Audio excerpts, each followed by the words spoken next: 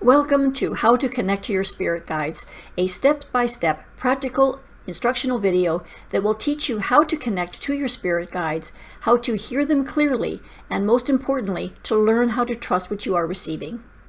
Hi, I'm Atherton Drenth, and I'm a medical intuitive, holistic energy practitioner, author, and educator in the healing arts.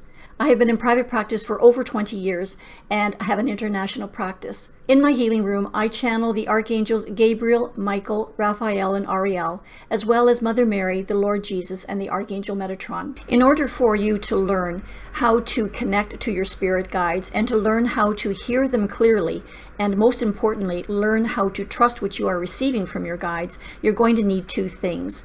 The first is going to be a journal, and the second is going to be an assortment of colored pens. When you're selecting a journal, make sure that it's something that you really love to use. I personally like to use artist sketchbooks. The reason being is that when you open them, they lie flat, so that you've got a nice clean writing surface when you're writing. But as I say, it doesn't matter what kind of a journal you get, just make sure it's something pretty and something that you like and enjoy. And I would suggest making sure that you get a journal that would lay flat when you're writing on it, and you'll understand why as you get more into the process. The next thing that I would recommend is that you get yourself an assortment of colored pens. And what I'm going to recommend is that to begin with, you get a blue pen, a red pen, a orange pen, a purple pen, and a green pen. And again, make sure that they are writing instruments that you like to use. I personally prefer fountain pens, so that's what I use, but it can be anything. It can be markers, it can be ballpoint pens, but to start off with, I'm going to suggest the colors of blue, green, purple, red, and orange. And again, you'll understand this more as we go through the process. The next step to learning how to channel your spirit guides is to sit back and take a long, hard look at what are your expectations around what it means to connect to your guide. A lot of people have this expectation that they need to see a physical spirit guide in order to be a true channel, and that's the furthest thing from the truth. I have been channeling for well over 22 years, and I have a very large angelic team that I work with, but really, in all honesty, if one of them was to show up at the door and walk through as a physical being, I probably would pass out from fear. So I'm very clear about the fact that I am not ready to see the actual physical manifestation of a spirit guide, and I'm quite happy to work with them in the manner with which I do. How I work with them is I work through visualization, so I can see them in my mind's eye, but I also can hear them and I can feel them, and everybody is different. So don't compare yourself to me or anybody else, but you need to decide what are your expectations around working with guides, and then next, how do you see them? Do you visualize them? Do you hear them? Do you feel them? And whatever is the right way for you is the right way for you. To prepare yourself for working with your spirit guide, I encourage you to pick one guide to start off with. What this is going to do is it's going to give you the opportunity to develop a relationship with that guide, and it's also going to help you to understand how to discern how they vocalize. Just as we are able to identify people by their voices in our lives, such as a parent or a child, guides and angels are no different. So by working with one guide at a time, you are learning how to hear them, you are learning what their vocalizations sound like, so that eventually when you are working with more than one guide, you will be able to discern who is talking to you based on your remembrance of how they vocalize. And this is especially important for those of you who are unable to visualize the angel. You can only hear them or feel them. When you begin to channel, you very quickly begin to realize there's lots of other little voices rattling around in the back of your head. And it's one thing for you to be sitting there trying to learn how to hear your spirit guide or angel, and then there are the distractions of your own voice, or the memory of your parent's voice or a child's voice, or more importantly, our lovely little ego voice that's always rattling around in the background, telling us that everything that we are hearing is just a bunch of nonsense or hooey. So this is where the journal and colored pens come in, because it's a very, very effective tool in helping you to record what it is that you are saying and what you are hearing, not only from your angel, but within your own head, so that you can learn how to discern the voices. And if you do this on a regular basis, you'll be surprised at how accurate you become with your channeling if you use this particular tool. So what I do is when I'm getting ready to channel, I have my journal and my pens ready, and I have different colored pens for different things. So I will use a blue pen for my voice. I will use a purple pen for my spirit guide or angel voice. I will use orange as my ego voice. And if I'm really getting annoyed and angry with myself, I use a red pen. So when I am sitting in contemplation and I am in the process of communicating with a guide, what I will do is I will write the question down in my journal in blue, and then I will wait for my angel or spirit guide to respond to me, and I will use purple.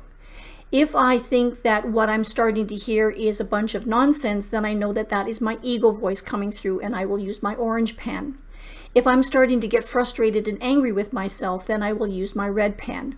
And this is helping me to discern the different voices. Because in the beginning, when you channel, and a lot of people don't know this, in the beginning, when you are channeling an angel or spirit guide, they sound like you, because you know what you sound like in your head. And you have to remember that you are communicating with a spirit or angel guide on the other side. So the only tool they have in the beginning is to use your own voice back. And this is one of the reasons why it gets so tricky with your ego voice. And when you're using the colored pens, it is helping you to tease that out so that you are more able to clearly discern what is what. And this is why journaling and using the colored pens is such an effective tool when you are beginning to learn how to channel. Because you are learning how to understand the tenor of your voice versus the tenor and emotion of your ego voice versus the tenor and love that's coming through with your spirit guides and your angels.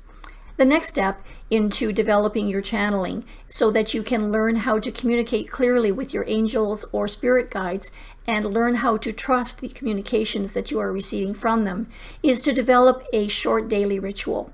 So for example, I will sit down for 10 to 15 minutes a day, and I will have my journal and my pens ready. I will have a cup of tea, a light a candle, or a stick of incense, and then I will sit, I will take a deep breath, and I will close my eyes for a moment of quiet contemplation. And then I will say a small prayer. And I'll say something like, I now invite Archangel Michael to come before me and to share his love, wisdom, and advice with me at this time.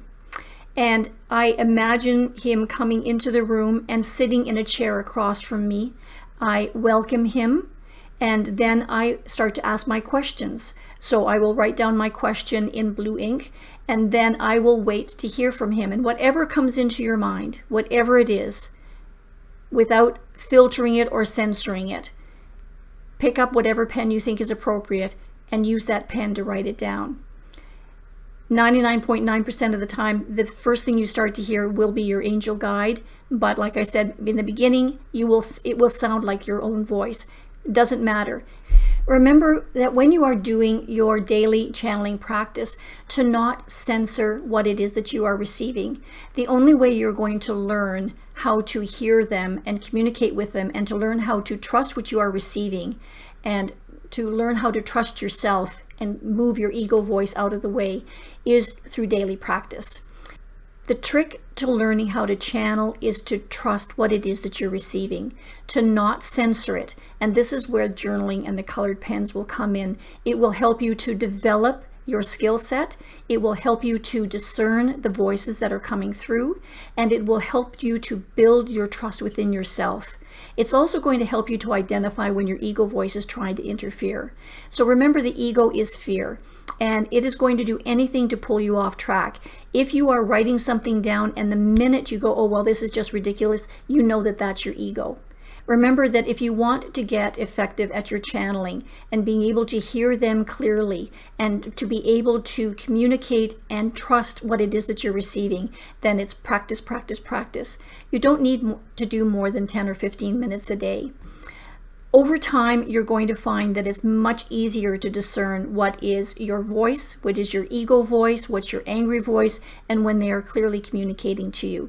To help you begin your channeling practice, I have included a list of questions that you could be asking your spirit or angel guides below. I hope you have enjoyed how to connect to your spirit guides, and that you have found this video to be instructional in helping you to develop your channeling practice and to help you to communicate more clearly with your guides, and most importantly, to learn how to trust what it is that you're receiving. If you have any questions or comments, be sure to list them below, and be sure to like or subscribe to my channel for any additional videos. Thank you.